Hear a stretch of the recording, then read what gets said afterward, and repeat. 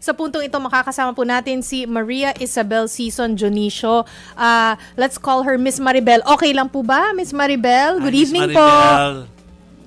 Yes, good evening. Miss Maribel's all right.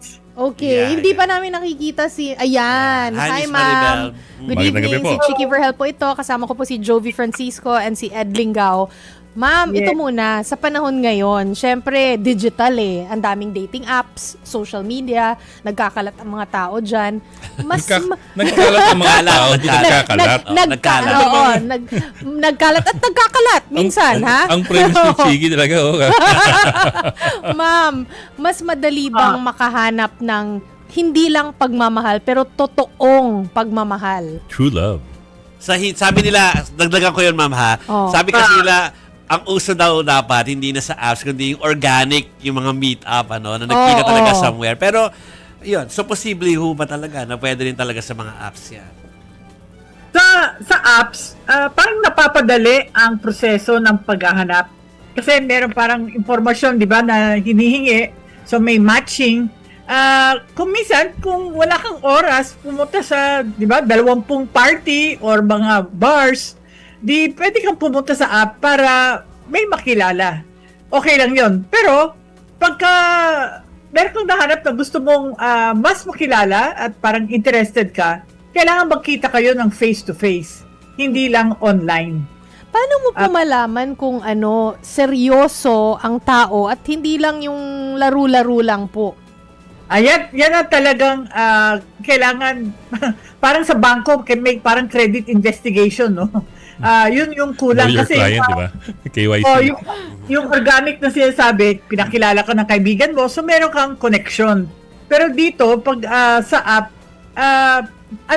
nag-aalaman kung naghahanap sila ng common friend or something that will help them to create that safety.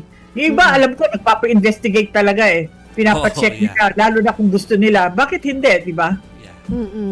Kagabi po ay napag-usapan namin dito ang isang survey, and if I'm not mistaken 27% of those surveyed ang naka-experience ng cheating or naka-witness po ng cheating. Tama ba? Yeah, almost 3 out of 7 to Oo. 27%. Bakit po? Kasi usually, sinasabi nung mga nag-cheat, no, marami sa kanila, mahal ko pa rin naman yung partner ko. Ano lang to, parang wala lang, ewan ko, pampalipas oras o na lang, may mga ganon o kaya wala, lack of judgment. Mali yung judgment. So, bakit po may taong nagmamahal pero nag-cheat pa rin? Ano po ang psychology behind that? Well, sabi niya nagmamahal, pero for the one being cheated, hindi na pagmamahal yun, no? Parang naglolokohan or kung hindi niya kaya mag-commit. Well, usually, there is cheating that happens because there are needs that are not maybe being met. May mga pangangailangan na hindi na isasagot ng relasyon. Kunyari, yung gusto niyang madalas silang lumabas, yung dating, pero yung isa napaka-busy sa trabaho or sa activities niya, sa mga sports activities niya, so kulang sa oras. So, imbis nang sabihin sa partner niya, oy, gusto ko mas maraming tayong oras at naghahanap ng iba or may nahahanap along the way. So, kailangan patuloy pag-uusapan ano ba yung kulang sa ating relasyon para maiwasan ang cheating. Meron din mga iba, talagang mahilig tumingin at mahilig na makipag-usap sa iba. So, baka hindi pa sila ready para sa one-on-one or yung committed relationship na sinasabi natin. Sadyang malandi. Ma'am, Malandi. Oh. paano po ma'am yung kasi pag sinabing cheating, it's a very broad word. Ang dami nagsasabi may iba't ibang klase ng cheating. Sa inyo po ma'am, what constitutes cheating? Pagdating dun sa magme-message ka sa social media, ano masasabing hala nag-cheat na ako nito? Oo. Actually, what will constitute the cheating is defined by the partner. Yung partner mo ang magsasabi. Kasi yung iba, may ka-text ka lang. O kaya tumitingin ka lang sa iba. Para sa kanya, cheating yon.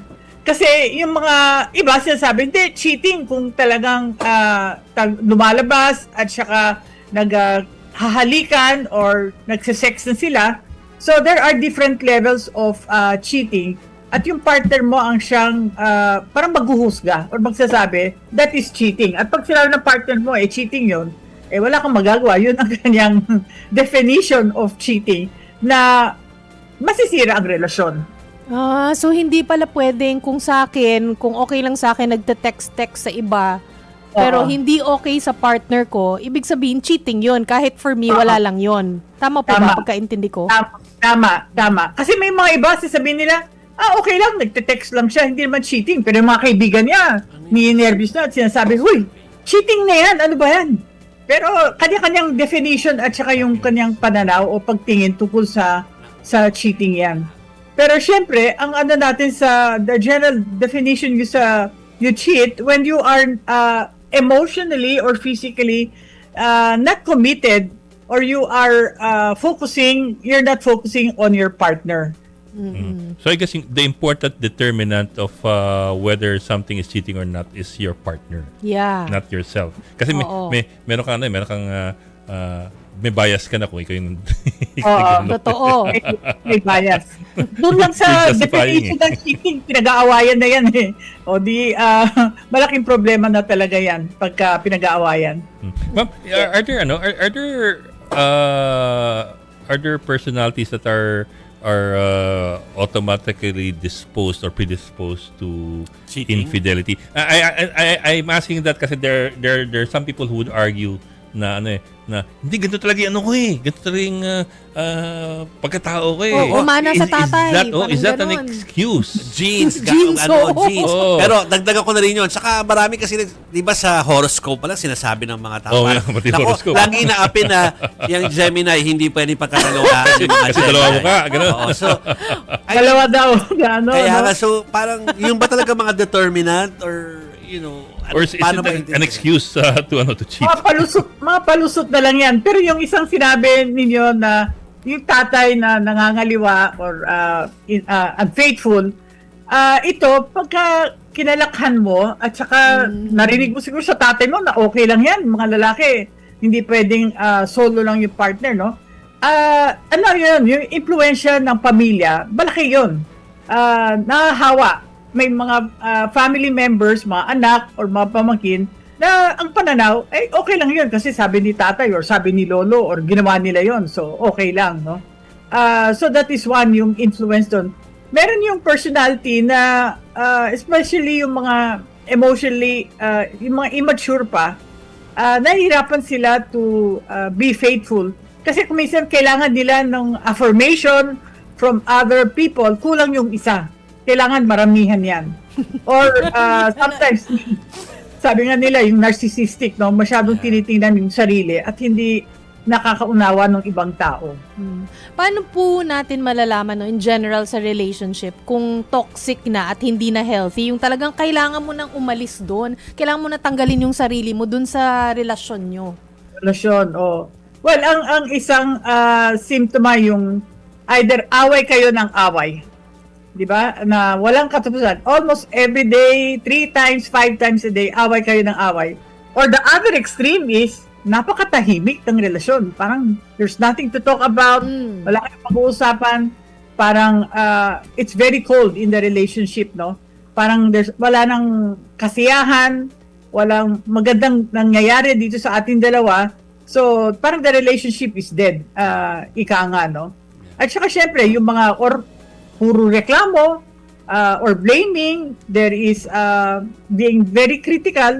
So these are very negative behaviors that might be a sign that, teka muna, tingnan mo muna kung ipagpapatuloy ko tong relasyon na ito, no? Okay. Ma'am Maribel, Yes. ito itatanong ko para sa mga katabi kong hopeless romantics. I think about hopeless. Or basta mga romantic at well, lahat kami rito, no? Pero medyo nasad kami doon sa nilabas na isa pang survey na sinasabi nung survey ay hindi maraming mga Pilipino Halos kalahati. Halos Almost kalahati. 1 out of every 2. Ay hindi masaya 40-something% sa kanilang love life. Ano ba, may crisis ba ng pag-ibig dahil sa survey na yan? Kasi parang, siyempre lahat tayo iniisip natin, hopeful tayo na maging masaya lahat, Oo. di ba? Yan yung gawa ng SWS, no? Yes, ma'am. Yes. So the SWS has been making that survey since 2002. Oh. At hindi nga umaabot sa 60% yung kanilang happy love life, no? Yeah. Bakit kaya? Kasi ang isa doon, pinag-aaralan ba ninyo yung tungkol sa pag-ibig? How to fall in love and how to stay in love? What preparation do couples get bago sila mag-asawa? Anong paghahanda? Kasi may mga, halos 30 topics on relationship na dapat pag-aralan natin before we get married. Anong isang halimbawa doon?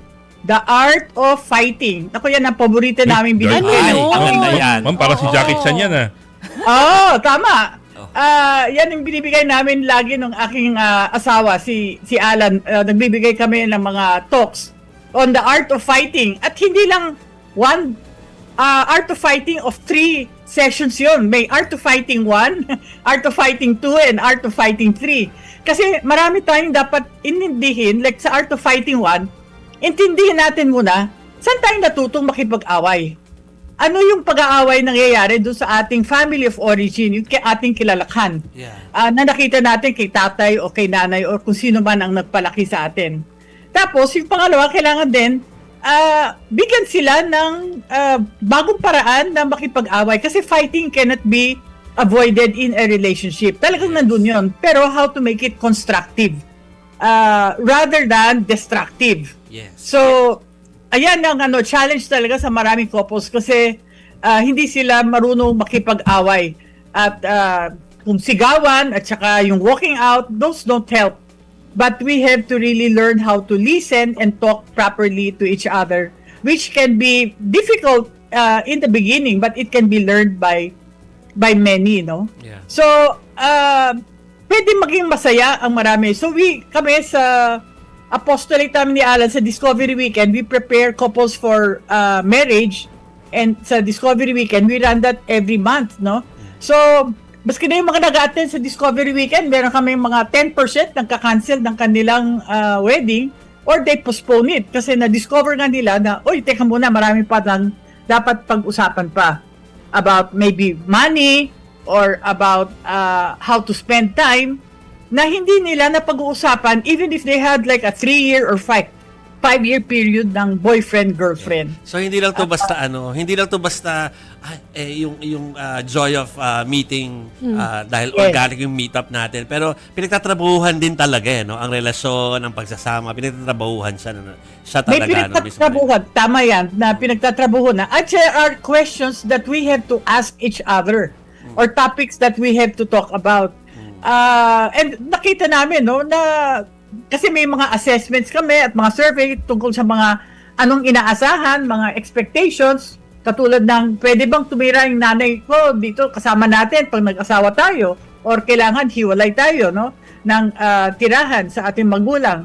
Magbibigay pa ba ako ng sustento sa aking magulang maski na may asawa na tayo, no? Are we open about this or magtataguan tayo dito ng pera? So, pinag-aawayan din yun, no? Yes. So, open communication and all these different topics in relationship have to be talked about before getting married.